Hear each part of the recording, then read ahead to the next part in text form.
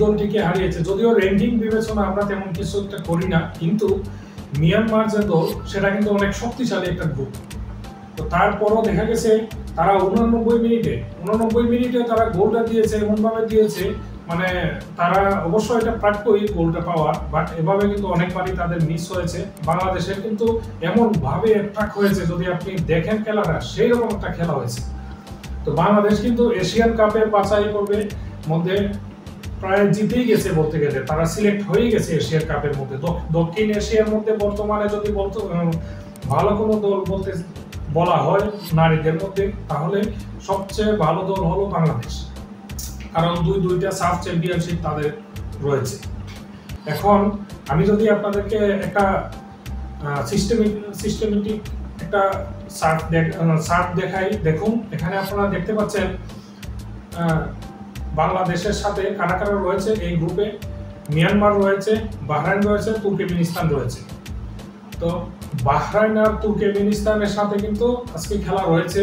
তারা যদি কয়েক ঘন্টার মধ্যে কিন্তু নিশ্চিত হয়ে যাবে যে আর বাংলাদেশের কিন্তু আরেকটা খেলা রয়েছে, সেই খেলার যদি খেলা আরেকটা না খেলেই কিন্তু বাংলাদেশ এশিয়ান কাপের মধ্যে চলে যাবে, যদি এই খেলাতে তুর্কমেনিস্তান যদি হেরে যায়।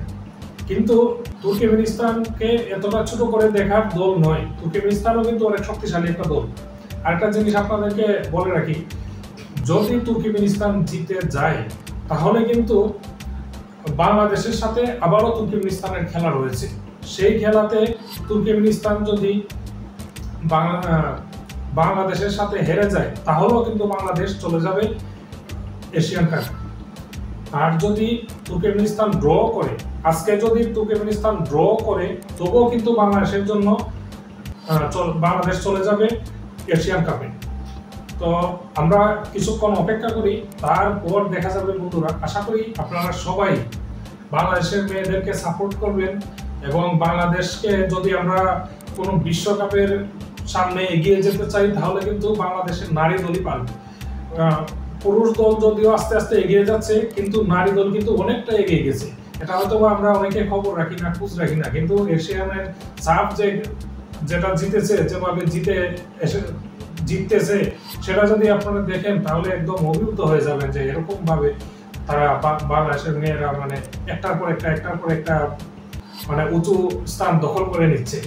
সুতরাং বাংলাদেশের মেয়েদের সবার প্রতি রইল শুভকামনা।